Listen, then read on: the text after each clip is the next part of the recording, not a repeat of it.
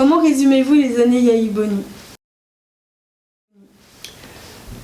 Pour moi, ce qui va rester malheureusement de ces années, ces 2 mandats de Yahi Boni, ce sont les scandales.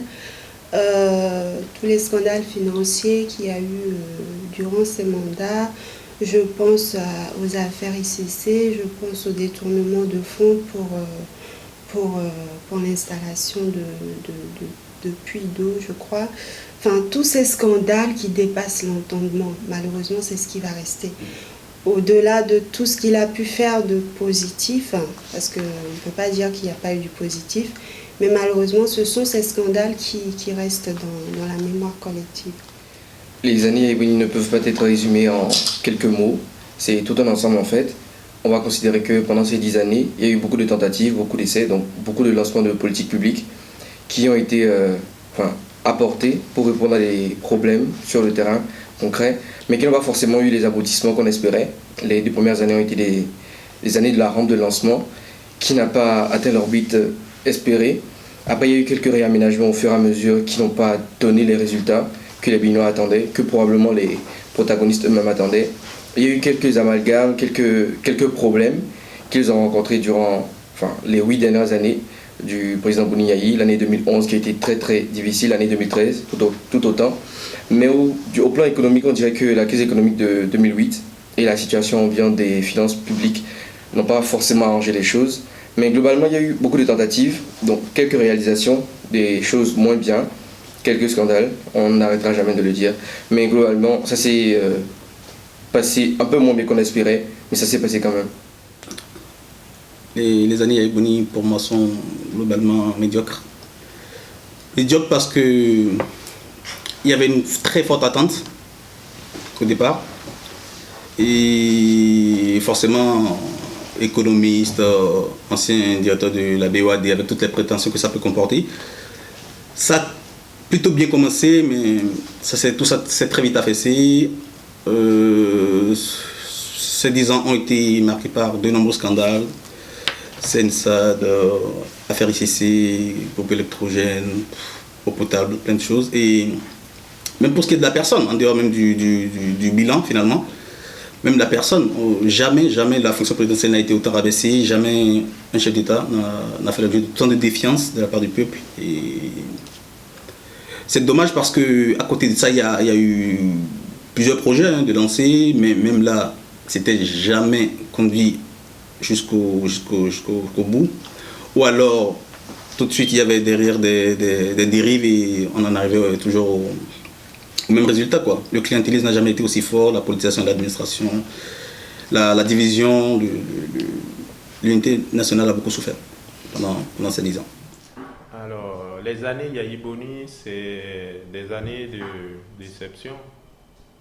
Déception dans la mesure où on a cru à la personne. Au début, quand il est venu, tout le monde l'a reçu les bras ouverts. Et je me souviens même dans la rue, quand il passait, à chaque fois quand il devait se rendre quelque part, il y avait une foule qui l'acclamait. Et c'était tout le temps des belles foules qu'il avait. Mais à la fin, on a été déçus du mode de fonctionnement, comment il a géré le pays en 10 ans.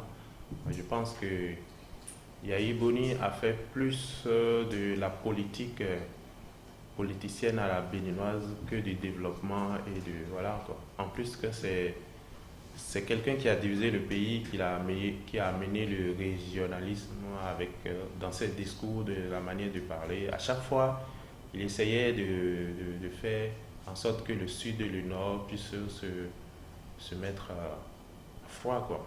Et voilà, et aussi les richesses du pays ont été très très mal gérées. C'est vrai qu'il a ramené le budget du Bénin à un niveau très élevé. Il a mis de l'argent dans beaucoup de secteurs pour le faire avancer. Mais en retour, on comprend que cette politique, cette manière, c'est juste une manière politicienne, quoi. C'est pas une manière, c'est pour vraiment développer. Il faisait ça pour pouvoir continuer à gouverner, pour pouvoir continuer à avoir la faveur d'un certain nombre de personnes, disons les politiques, les députés qui sont à l'Assemblée, qui soutiennent son action. Et il fait ça pour pouvoir continuer à se maintenir au pouvoir en fait. Et moi, je peux résumer son mandat de 10 ans. Il a fait un mandat dans une politique dans le but de se maintenir, quoi, dans le but de changer la Constitution. Tout ce qu'il avait fait, il le faisait dans l'esprit qu'il allait rester au pouvoir, il allait faire, et en dehors de ce que la Constitution a prévu, il allait faire plus. Donc il n'avait pas l'intention de laisser le pouvoir, il n'avait pas l'intention de faire en sorte que le pays puisse réellement se développer, malgré que il a apporté quelque chose, il a apporté des petites touches bien, quoi. Donc moi, au début de son mandat, j'étais content de voir quelqu'un qui est parti de nulle part parce qu'il n'était pas un homme politique, mais à la fin, je l'ai retrouvé un homme politique avec plein de stratégies et qui veut rester au pouvoir, quoi. Il a été plus politique que politique, quoi. Donc, voilà.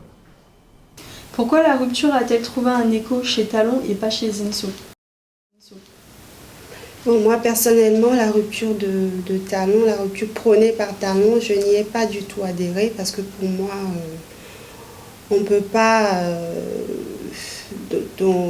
parler de rupture quand on est à la place d'une personne comme Talon. Après, je comprends le choix des Béninois qui ont voulu vraiment rompre avec tout ce qui pouvait incarner Yahi Boni, puisque Zinsou a été amené par Yahi Boni. Donc, il incarnait une continuité de ces deux mandats dont les gens ne voulaient plus entendre parler. Donc, dans ce sens, ils ont voté vraiment contre Yahi Boni et non pour le programme de Talon. C'est assez simple parce que Talon, déjà, il représentait une victime. Et heureusement, malheureusement, les Béninois aiment bien les victimes. Et trouvent en ces personnes-là des personnes qu'il faut aider, qu'il faut soutenir. Talon se présentait à un moment comme l'opposite de Yahi Boni. Yahi Boni que les Béninois ont décrié à partir de 2011, enfin déjà bien plus tôt, mais à partir de 2011, surtout en 2013. Talon était la personne qui était diamétralement opposée à Yahi Boni. Et même si on ne connaissait pas Talon, autant qu'on ne connaissait pas vraiment Zinsou, Zinsou arrive à un moment avec le tribut du franco-béninois, très proche de la France, très proche de ce que beaucoup de Béninois rejettent, vomissent aujourd'hui, qui est la main néocolonialiste.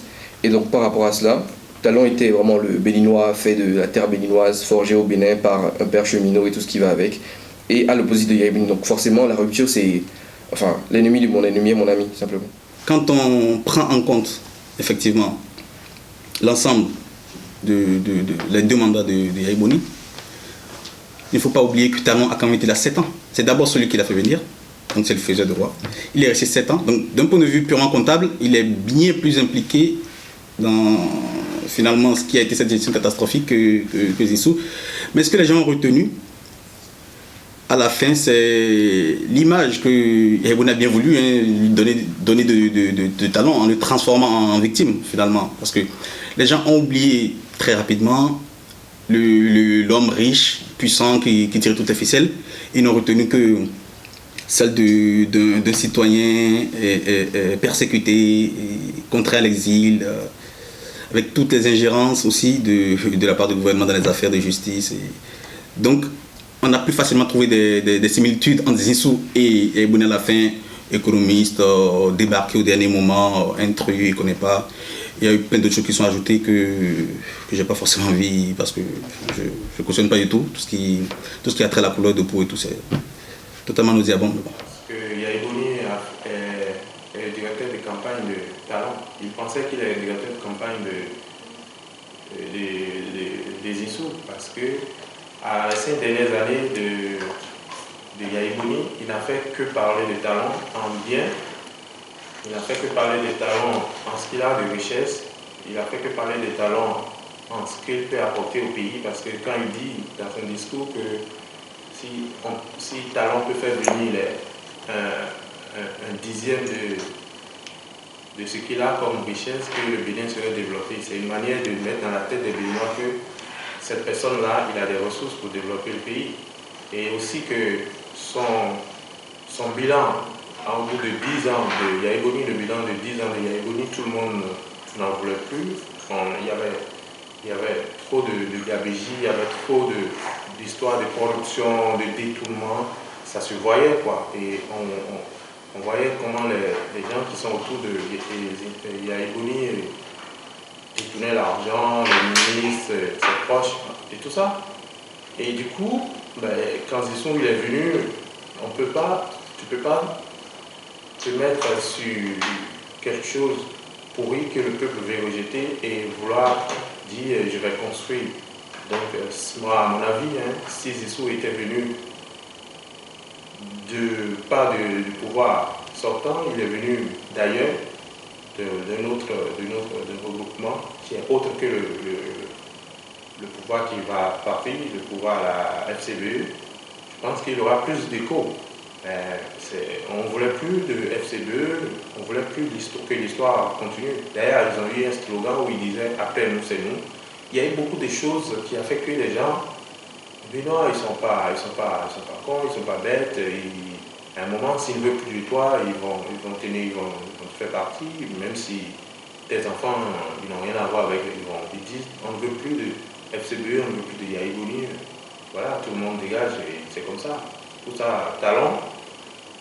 En plus que Talon, tout le monde connaissait Talon. Les gens ils connaissaient Talon parce qu'on savait l'histoire, la relation Talon depuis 2006, depuis toujours d'ailleurs, et jusqu'en 2006 avec l'arrivée du chaos, tout ça. Et puis, Talon était plus connu au Bénin que Zissou dans le milieu politique. Donc ça n'a pas arrangé Zissou du tout. C'est tout ça. Les gens ils ont préféré aller vers Talon, d'autant plus que Yaya Boni lui a fait campagne régulièrement par des manières de désintoxication, des manières de nuit. Et du coup, le peuple, avec ça, ils ont dit on va le choisir, quoi. Quelles sont les principales attentes des Béninois pour les 5 prochaines années? Ce sont les besoins basiques, les besoins, ce à quoi aspire tout peuple, comme par exemple la santé pour tous, l'éducation de qualité, pouvoir se nourrir, manger à sa faim, un pouvoir d'achat raisonnable, la justice pour tous, l'équité surtout. Donc, Je pense qu'ils ne sont pas énormes. Les Béninois aujourd'hui, ils ont des besoins assez évidents. L'électricité, l'accès à l'eau potable, une scolarité digne, des revenus économiques, simplement pour vivre heureux. Je prends le cas de ce qui s'est passé dernièrement en France. Il y a une maire d'Île-de-France qui disait on ne peut pas laisser les populations habiter chez eux pendant qu'elles n'ont ni l'eau, ni le chauffage, ni l'électricité. Alors qu'au Bénin, en plein Cotonou, les gens habitent avec ça tous les jours. Donc vous voyez, dans certains pays, c'est vraiment la base de la base. Mais beaucoup de Béninois ont des problèmes. Aujourd'hui, demain, avant-hier, c'est vraiment le quotidien. Donc déjà, pour moi, il serait important, très très important, de régler le problème de l'électricité, qui est très très difficile effectivement, le problème de l'eau potable, le problème de l'accès aux ressources primaires, la santé et le manger chaque jour. Je dirais qu'il y a 2 catégories d'attentes finalement. Parce que ce qui concerne le plus grand nombre de Béninois, c'est tout ce qui est primaire. C'est l'augmentation du pouvoir d'achat, accès à des soins de santé corrects, éducation, eau potable, tout ce que vous voulez dans leur quotidien. Mais au-delà de ça, pour donc ceux qui souhaitent que le pays prenne un vrai essor, qu'il y ait un vrai dynamisme, les attentes, ça va aller. On va parler plus des réformes essentielles. Des réformes institutionnelles, la mise en place d'un cadre juridique clair pour le monde des affaires, pour l'administration, pour qu'on sorte justement de tout ce clientélisme, de ces affaires moi je connais un tel qui est à la présidence, qui est proche du chef d'État, il faut qu'on sorte de ça. Les 3 principales candidatures résultent-elles de la particularité béninoise? Soit beaucoup plus dynamique et que la corruption diminue, quoi. Parce que c'est frustrant que tu vois des gens qui n'ont pas les mêmes études, les mêmes diplômes, mais parce que leur père ou leur mère ou leurs proches sont liés au pouvoir, du coup ils arrivent à obtenir des postes dont ils ne méritent pas. Alors on est frustré. Donc ça c'est des choses, oui. Alors il y a des concours qui sont organisés pour recruter des gens dans la fonction publique, dans le ministère et tout. Qu'est-ce qu'on remarque? Il faut payer parfois, c'est les enfants des riches qui ont droit à ces postes-là. Alors que la majorité des Béninois compétents, qui ont l'aptitude et la capacité, n'y ont pas droit parce que leurs parents n'ont pas les bras longs, n'ont pas assez de richesses. Moi, c'est frustrant quand tu vois pas. Les parents sont obligés de vendre leurs biens pour que les enfants puissent obtenir un travail dans l'administration publique, quoi. Donc parfois, ça fait partie des choses que moi je souhaiterais que ça ne se reproduise pas, qu'on mette les gens parce qu'ils le méritent, pas parce qu'ils sont de tel parti politique, de telle famille ou de tel bord, ou voilà, tout le monde puisse avoir le travail, le poste qu'il mérite. Donc ça fait partie des choses que je vois qui changent, et aussi que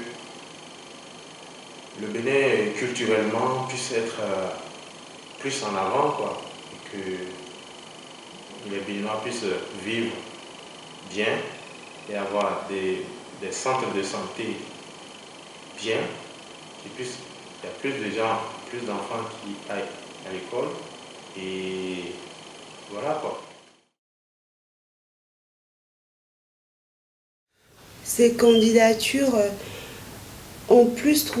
trouve écho au niveau du peuple béninois, parce que ça arrive toujours à un moment où le peuple aspire à un changement. Donc du coup, quand on prend les profils de quelqu'un comme Talon par exemple, ou de Adjavon, ce sont des personnes qui incarnent dans une certaine mesure le changement. Donc du coup, oui, ça peut incarner un peu le contexte social du Bénin. Je ne pense pas qu'il y ait une particularité béninoise. Il y a une grosse diversité béninoise et les candidatures révèlent plus ou moins l'état de l'intelligentsia béninoise actuellement. On a des personnes qui sont, des économistes qui ont émergé depuis l'arrivée de Boni Yayi, et même avant avec les Amoussou Bruno et tout cela. Il y a des économistes qui ont émergé et qui présentent, selon leur théorie économiste, macroéconomiste, qu'ils ont des solutions pour le développement, contrairement à des politistes et à d'autres personnes, des sociologues par exemple. On a des hommes d'affaires qui sont tout neufs, mais qui ont toujours été dans la politique d'une façon ou d'une autre, avec leur chéquier. On a d'autres personnes qui n'ont pas forcément émergé, mais les plus grosses candidatures, ça a été soit des économistes, soit des hommes d'affaires. Donc la question a tourné un peu autour d'argent et de développement. J'imagine que lorsque vous parlez de 3 principales candidatures, c'est les 3 qui sont arrivés en tête. Donc Zinsou, Talon et Adjavon, dans cet ordre. Je dirais qu'elle résulte de la particularité africaine. Enfin, quand je dis Afrique, je parle surtout d'Afrique subsaharienne, hein, c'est pas l'apanage du Bénin. C'est assez culturel dans les pays d'Afrique subsaharienne, peut-être même d'Afrique du Nord, hein, on est encore dans le culte de la personnalité, on est beaucoup dans la recherche d'un homme fort. Et on a encore en tête tous les anciens chefs d'État, soit c'était des officiers issus de l'armée, soit des gens très riches. Donc forcément, tout sauf des personnes ordinaires qui ont juste milité, qui sont arrivées. Donc c'est très, je vais dire que c'est très africain. Il faut être riche, il faut être populaire. C'est pas forcément juste le projet. Oui, c'est déjà au Bénin pour être candidat, comme l'a dit quelqu'un, il faut beaucoup d'argent. Et du coup, on a compris que le rôle de l'argent dans les campagnes, dans les candidatures pour être président, c'est quelque chose de... Ouais. On a remarqué pour ces dernières élections, il y a eu près de 100 milliards qui ont été sortis en moins de 2 mois. C'est énorme, quoi, pour un pays pauvre comme le Bénin, où on puisse que le rôle de président, le choix d'un président puisse tourner autour de l'argent, quoi. Donc parfois tu te dis que si le gars il met autant d'argent pour être élu, donc c'est normal qu'une fois qu'il est là, qu'il puisse rembourser les prêts qu'il a fait à la banque ou chez ses amis, voilà. Donc si on veut continuer à avoir un pays bien gouverné, moins de corruption, il faudrait peut-être penser à ne plus faire le choix par rapport à l'argent, à ne plus faire le choix par rapport au temps de millions, milliards et tout ça qui sont mis dans la campagne. Et si on voit le premier, le deuxième, le troisième, c'est des gens qui ont assez de moyens le premier, c'est Zinsou, au premier tour. Donc on voit, il est soutenu par le parti au pouvoir. Ils ont mis beaucoup de moyens. Le deuxième, c'est Talon, on sait combien il vaut et tout ça. Et le troisième, c'est celui du poulet. On sait aussi combien. Voilà. Donc du coup, et quand tu vois les autres derrière, ils sont très loin. Le score, on sait que voilà, le quatrième, même si ancien ministre et tout, bon, il n'a pas assez de moyens comme les trois autres. Donc, au Bénin, on remarque même que la politique est faite autour de l'argent en fait. Les gens, ils viennent pour soit s'enrichir, ouais, ils viennent beaucoup plus déjà pour s'enrichir. Ils mettent les moyens, ils sont capables de faire tout, avec tout, pour pouvoir être là où ils souhaitent être. Du coup, ils mettent beaucoup de moyens, des fois, ils ne savent pas comment et pourquoi. Ouais. Voilà. Et nous, on nous a même formés à ça. Parce que je me rappelle, quand on nous invite pour des meetings électoraux, qu'est-ce qu'on dit? On dit, bon, de toute façon, une fois qu'il est là, il ne va plus penser à nous. Donc nous, on va prendre maintenant ce qui nous revient. Donc à la fin, on part avec des billets de 5 000. On pense que c'est ça. Voilà. Et du coup, après, même si l'autre il vole des milliards, on se dit, bon, moi j'avais pris un temps, quand il était venu dans mon quartier, 5 000. Voilà, c'est ça. Donc il y a ça dans la tête des jeunes et ça se perpétue, quoi. Donc il faut peut-être changer cette manière, quoi. Qui compte en général. Ces élections ont-elles été différentes des précédentes et pourquoi? Oui, pour moi, elles ont vraiment été différentes dans le sens où il y a eu beaucoup d'argent. Beaucoup d'argent, c'est vrai que historiquement, dans toutes les élections au Bénin, il y a toujours eu de l'argent qui a circulé. Mais cette fois-ci, c'était trop. C'était vraiment trop et je ne suis pas sûre que tous les Béninois aient vraiment voté pour un programme donné et non pour le plus offrant. Si elles ont été différentes des précédentes, je dirais non. Elles ont été une continuité des précédentes. On a eu le régime du général Mathieu Kérékou, paix à son âme. Après ça, les Béninois avaient besoin d'une nouvelle tendance, de personnes de technocrates, d'intellectuels qui puissent vraiment apporter leurs connaissances qu'elles ont fait valoir à l'extérieur. C'était déjà ça en 2006. C'est ce qui s'est repassé en 2016, avec quelques différences. Donc là, on a eu de nouveaux intellectuels qui sont venus avec le même bagage, enfin qui étaient déjà là. Abdel Gatané, Lionel Issou notamment, qui était tout neuf. Mais le plus, ça a été juste les hommes d'affaires. Vraiment, c'est la faillite en crise de la classe politique aux élections présidentielles pour les technocrates face aux hommes d'affaires. Différentes, oui. Différentes pour moi, j'ai retenu 3 choses.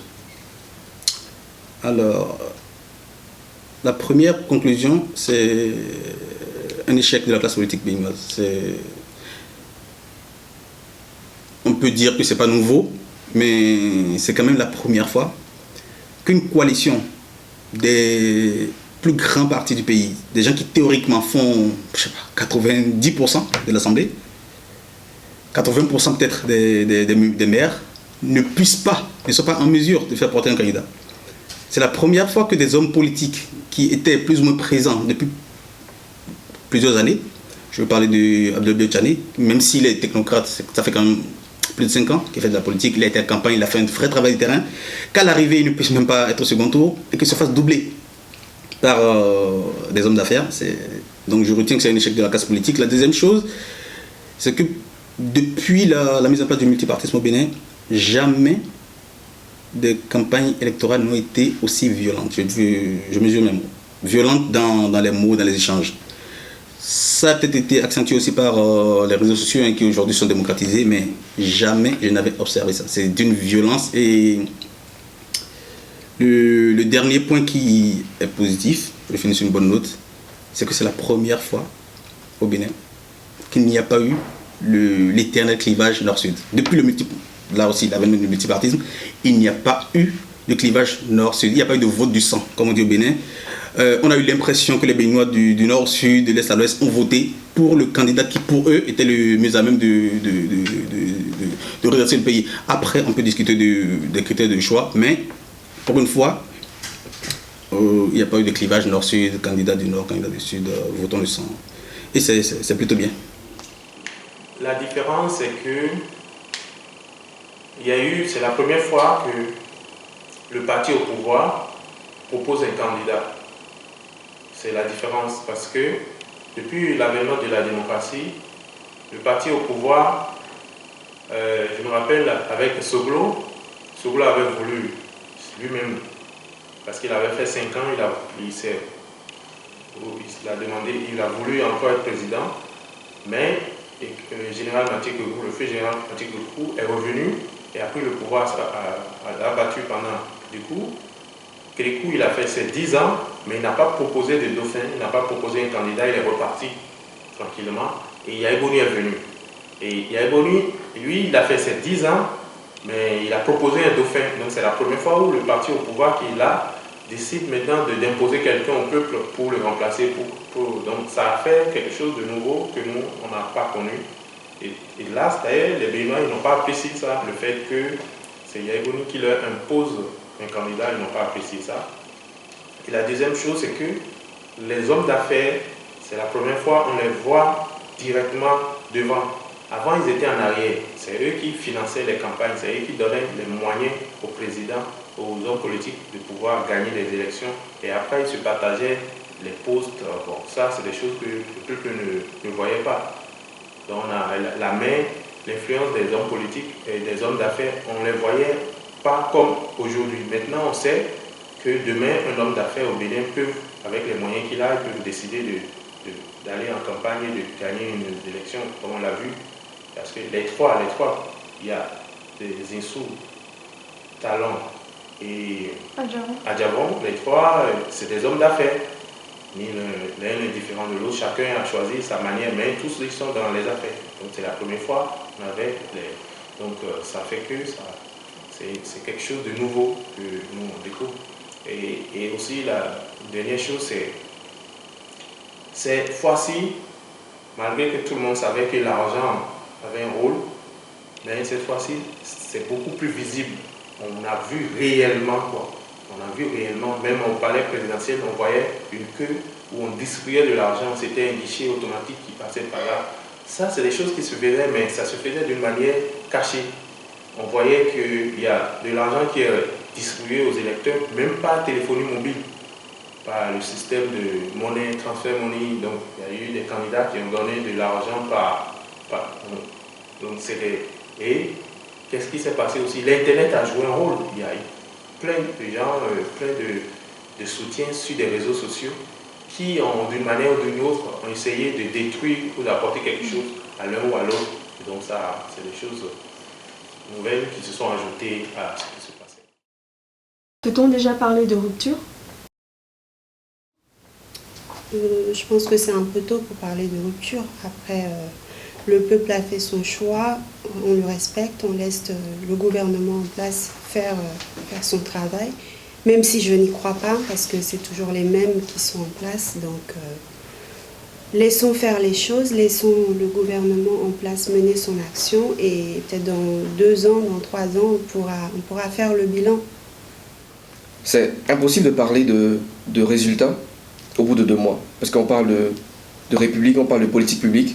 Une politique publique, ça prend énormément de temps. J'aime souvent prendre le cas de Barack Obama, quand les personnes s'amusent à critiquer le gouvernement de Talon. Sa plus grosse réforme qu'il a voulu, c'était la réforme de Obamacare. Ça a pris 8 ans. C'est impossible de faire des réformes en 2 mois, d'espérer une rupture, d'espérer l'électricité, l'eau courante, la connexion Internet, le haut débit, des chiffres macroéconomiques tout de suite. Ça va prendre énormément de temps. Je ne sais pas si les 5 années de Patrice Talon pourront suffire à cela, mais c'est déjà bien en fait qu'il y ait certaines marques qui soient imposées dès le début, qu'il y ait certaines réformes qui soient imposées dès le début, parce que les 2 premières années pour un gouvernement, c'est les plus stratégiques. Dans 2 années, on aura déjà 1 ou 2 scandales, on aura quelques failles de certaines politiques publiques, donc il y aura une certaine défiance qui va monter graduellement. Donc ces premières années, c'est vraiment le terreau propice, en dépit des nombreuses critiques qui existent déjà. C'est le meilleur moment pour lui pour lancer ces réformes-là et pour espérer des résultats. Il faut que les choses soient claires. Moi déjà, cette rupture, je n'y crois pas. Je pense qu'on prend le même, on recommence, parce qu'on ne va pas dire les mêmes, mais c'est le même qui, au début, donc pendant à l'époque de Soglo, était proche du gouvernement, qui est devenu après, donc qui a continué de tisser ses liens et qui est devenu faiseur de roi pour finalement devenir roi. Moi, personnellement, je n'y crois pas. Après, je ne vais pas être dans la mauvaise foi, je ne veux pas être dans une posture. Je n'ai pas, ça n'a pas été mon choix, c'est le choix de la majorité de mes compatriotes, le peuple béninois souverain, même s'il y a eu des choses, c'est vraiment peu, c'est peu de temps pour apprécier. Il faut pour ne pas verser dans la mauvaise foi. Rupture, moi je me souviens quand Yaïbouni est arrivé, c'était dans le même, moi je vois c'est le même schéma. Quand on vient au début, en 2, 3, 6, 1 an, on voit qu'on est dans l'attente d'abord, le peuple est dans l'attente. Et donc tout ce que le nouveau président va apporter, on voit comme quelque chose qui a changé. Et donc on l'acclame. Et on est toujours dans l'attente. Mais moi j'attendrai plutôt la fin du mandat pour pouvoir dire quelque chose parce que des réformes, des nouvelles des idées qui sont, ouais, pour moi, c'est dans l'ordre des choses. J'ai rien vu encore de si différent. Ouais, parce que toujours le début va toujours comme ça. Le nouveau, quand il vient, il promet, il commence au bout d'un moment, il se rend compte de l'état actuel des choses, il se rend compte de comment le rôle du président, comment un président peut se retrouver pris dans un ténaille, soit par le peuple, soit par les hommes politiques. Et du coup, après, c'est en ce moment qu'on peut voir s'il est capable.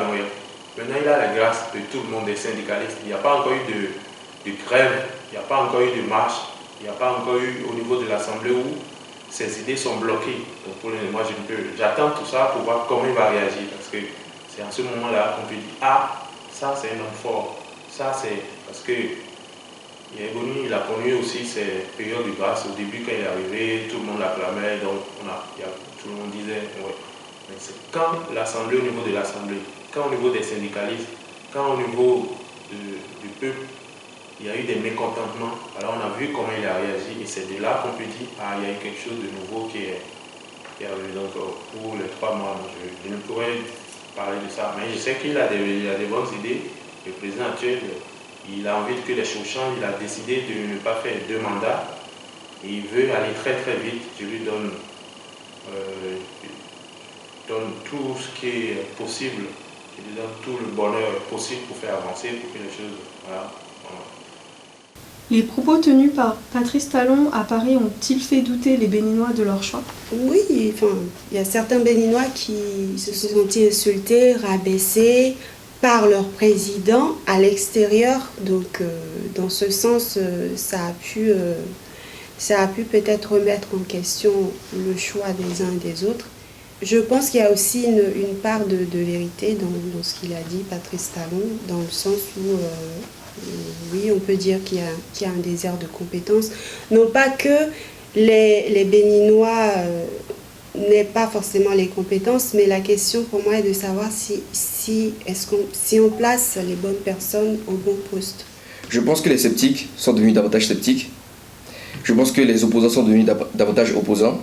Mais ceux qui avaient voté pour lui, ceux qui le soutenaient déjà, ont dû à peu près relativiser ses propos. Je ne pense pas qu'il soit aussi violent que les gens aient voulu le dire. C'est un langage direct, un langage d'homme d'affaires, un langage d'un homme public, enfin un nouvel homme politique public qui n'a pas forcément les mêmes ressources qu'un François Hollande, que Barack Obama, qui aurait la langue dans la poche, qui la tournerait 1000 fois. Il a dit ce qu'il pensait, qui n'est pas si faux que cela. Je pense que ça dépend de la valeur qu'on accorde à ces mots. La preuve, un mois plus tard, il a dit tout le contraire. C'est une merde de compétences, il a dit au Bénin. Ça dépend de la valeur qu'on accorde à ça. Moi, personnellement, je ne me suis pas senti concerné, parce que j'imagine qu'il parle des Béninois qui sont au Bénin. Parmi ceux qui sont au Bénin, il y a ceux qui sont tellement contents de leur petite promotion qu'ils ont eu à la faveur de son arrivée, que même s'ils les traitent de, je ne sais pas, tous les noms, ça ne les dérangerait pas. Après, forcément, oui, il y a eu l'élite, je veux dire, l'élite des gens qui ont quand même fait leurs preuves. Et qui n'ont pas du tout aimé ça, et je peux les comprendre. Hein. Je pense qu'avant de dire ce genre de choses, il faut déjà avoir tout essayé. Il faut déjà être sûr d'avoir mis les meilleurs. Et s'ils échouent, on peut ensuite effectivement dire que on a essayé, on a pris les meilleurs, et selon le mérite, ça n'a pas marché. Mais ce n'est pas le cas. Moi, je pense que le Béninois, il n'aime pas un peu la vérité. Quand tu dis à un Béninois que tu es faux, il va tout de suite devenir ton ennemi. Ben, il ne va pas se dire, mais pourquoi il m'a dit que je suis faux? Il réfléchit peut-être que dans le mot faux, c'est pour que la personne puisse changer. Peut-être que quand la personne lui a dit tu es faux, c'est pour que tu puisses t'améliorer. Les critiques ne sont pas béninoises, c'est vrai. Et du coup, moi, les propos que le président Talon a tenus, moi, je trouve que c'est normal. On peut dire que dans un milieu donné, qu'il n'y a pas de compétences parce que si je cherche quelque chose dans tel secteur que je ne le trouve pas, moi, je pourrais dire qu'il n'y a pas de compétences dans ce secteur. Moi, je n'ai pas suivi le discours du début jusqu'à la fin, mais par rapport à ce qu'on nous a relayé, c'est juste que c'est compris dans ma tête qu'il n'y a pas de compétence du tout. Mais après, j'ai écouté encore d'autres versions où c'est dit que c'est dans un secteur donné. C'est dans les services de sécurité, c'est les services de renseignement, c'est dans l'armement, c'est face aux réalités du terrorisme, que c'est par rapport à ça. Mais même si c'est dit de manière générale qu'il n'y a pas de compétences au Bénin, moi je pourrais dire que pourquoi pas maintenant, nous les Béninois, si on trouve que ce qu'il a dit, si le peuple trouve que ce qu'il a dit est pas vrai, démontrer au président que si on a des compétences. Au lieu de crier, au lieu de dire ah oui, non, il n'a pas dit ça. Moi je pense que parfois les actes vaut mieux que les paroles. Donc si nous on a des compétences, là on peut mettre ça au profit de notre pays. On peut faire en sorte que nos pays puissent être grandis. Donc c'est mieux que de crier et tout. Donc le propos du président, je n'ai pas trouvé ça. De toute manière, il est venu chercher quelque chose ici, en France. Donc tu ne veux pas demander à quelqu'un en lui disant déjà, ah, ce que tu veux me donner, je l'ai déjà. Tu peux que lui dire, ah, je n'ai pas ce que je veux te demander, donc tu peux venir à mon aide, à mon secours. Donc il a fait. Ouais. Donc, ouais. Alors pour dire, il y a des compétences au Bénin. Moi, je rassure les Béninois qu'il y a des compétences, mais seulement que ces compétences ne sont pas mises à la place qu'il faut et où ils doivent être. C'est tout simplement ça. Je ne réponds pas au président, non, mais c'est juste que je dis aux Béninois qu'il y a des compétences au Bénin, et puis c'est seulement que parfois ces compétences sont mises au placard, ils sont mal utilisées, ils sont oubliées, ils ne sont pas là où il faut être. Pensez-vous que la nouvelle orientation du gouvernement est propice à un retour d'une activité économique saine au Bénin? Je ne sais pas encore quelle est l'orientation du nouveau gouvernement. Donc encore une fois, je dis il faut se donner du temps et puis pour pouvoir justement voir clair dans cette orientation. Pour le moment, je ne sais pas quelle est l'orientation du nouveau gouvernement. Je pense qu'il y a déjà une activité économique saine au Bénin. Seulement, il y a beaucoup de choses qui restent à faire parce que les chiffres macroéconomiques, les chiffres microéconomiques le montrent assez. Dernièrement, on a évolué dans certains domaines. Juste qu'il faut, les réformes vont participer à l'amélioration des conditions économiques, notamment avec tout ce qui est au niveau du port, tout ce qui est au niveau des aéroports, tout ce qui est au niveau des infrastructures. Je pense que beaucoup de personnes, beaucoup d'hommes d'affaires, béninois ou étrangers, voient déjà le passage de ces élections en paix comme une certaine garantie. Mais il n'y a pas que ça comme garantie, il y a beaucoup de ressources qu'il faut. Pourquoi aujourd'hui le coton est travaillé en Chine, en Thaïlande, en Indonésie, un coton qui a été cultivé en Afrique de l'Ouest par exemple, juste parce qu'en Afrique de l'Ouest, il n'y a pas d'énergie, donc sans énergie, il n'y a pas d'usine, sans usine, il n'y a pas de transformation. Donc forcément, à partir du moment où on a certaines ressources, comme l'énergie, comme l'eau potable, comme des voies, comme de la logistique, des transports, à partir de ce moment, on voit une activité économique, pas seulement saine, mais dynamique et diversifiée. L'orientation n'est pas encore claire. Pour l'instant, il y a beaucoup d'annulations de décrets, d'annulations de concours. En tout cas, la rupture, elle est au sens propre. Hein. On y va au coup près, on hache beaucoup de choses, mais orientation, je n'en vois pas encore. En même temps, je ne crois pas qu'il ait eu le temps de mettre en place une vraie orientation. Ouais. On verra. Alors, déjà, une économie qui est basée sur de l'importation, de l'exportation du coton n'est pas une économie qui va beaucoup apporter. L'autosuffisance alimentaire, c'est quelque chose d'important. Il faut que d'abord le Béninois puisse manger matin, midi, soir. et qu'il ne faut pas qu'ils mangent des choses qui sont produites dans des autres pays alors que nous avons des hectares et des hectares qui ne sont pas mis en valeur. Alors il faut que le Béninois puisse produire. Ouais, je me souviens que il y a très longtemps, avec le feu Thomas Sankara, qui disait aux Burkinabés de manger ce qu'ils ont produit et de porter ce qu'ils ont fabriqué. Il avait une politique où tout devait être fait au Burkina Faso. Et on a vu, aujourd'hui, les tomates sont importées du Burkina Faso, alors que le Burkina, c'est un pays où il manque d'eau. Thomas Sankara a mis en route des barrages d'eau. Moi, je suis étonné quand je vais au Burkina, que je puisse manger des poissons qui sont 2 fois plus de volume en termes de taille que le Bénin, qui est rempli de lacs, fleuves, rivières, où il y a l'eau, il pleut 6 mois dans l'année. Je suis étonné de voir cela. Je suis étonné de voir que les Burkinabés, ils nettoient leur ville. C'est balayé, c'est propre. Voilà. Pourtant, c'est quand même un pays qui est beaucoup plus, qui n'a pas de port. Nous, on a un port. Et donc, moi, je pense, si on doit faire une politique pour que le pays puisse se développer économiquement, il faut déjà aller vers l'agriculture. Pas l'agriculture comme l'a fait les pays occidentaux, où on utilise beaucoup plus de pesticides pour détruire la terre, ou plus aller vers une agriculture intensive où voilà, on ne respecte plus l'environnement. Non, il doit y avoir des politiques en termes d'agriculture qui arrivent à mettre ensemble préserver la planète, préserver la terre et aussi nourrir ses habitants. Ça, c'est une chose. Et aussi, pour que l'économie puisse se développer, il faut revoir le système informel au Bénin, parce que les gens ont beau envie d'investir au Bénin, quand tu vois le secteur informel commence à prendre de l'ampleur, tu n'as pas envie de mettre ton argent dans quelque chose alors que les concurrents qui sont là, ils sont pas structurés, quoi. C'est la concurrence, c'est une concurrence déloyale. Donc voilà, après, l'administration au Bénin, est-ce que l'administration au Bénin aide à ce que l'économie puisse se développer? Tu vas dans l'administration, tu veux créer une entreprise, tu veux déposer un dossier tu as une idée et tout.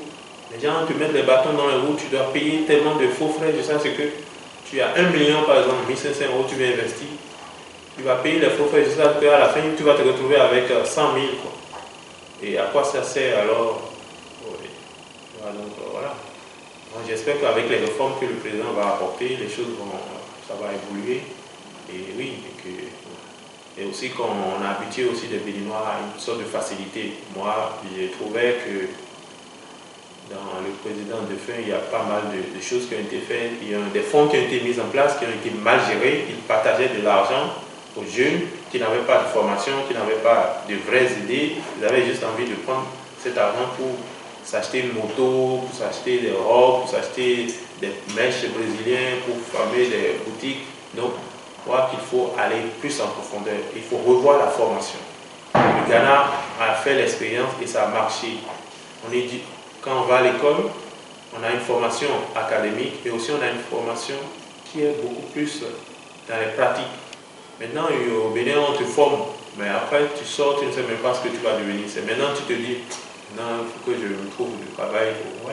Alors que on doit former des gens. Ouais, aujourd'hui, il y a tellement comment on dit, des secteurs qui se créent qu'on peut orienter la jeunesse vers ces secteurs qui peuvent faire développer le pays. Quoi.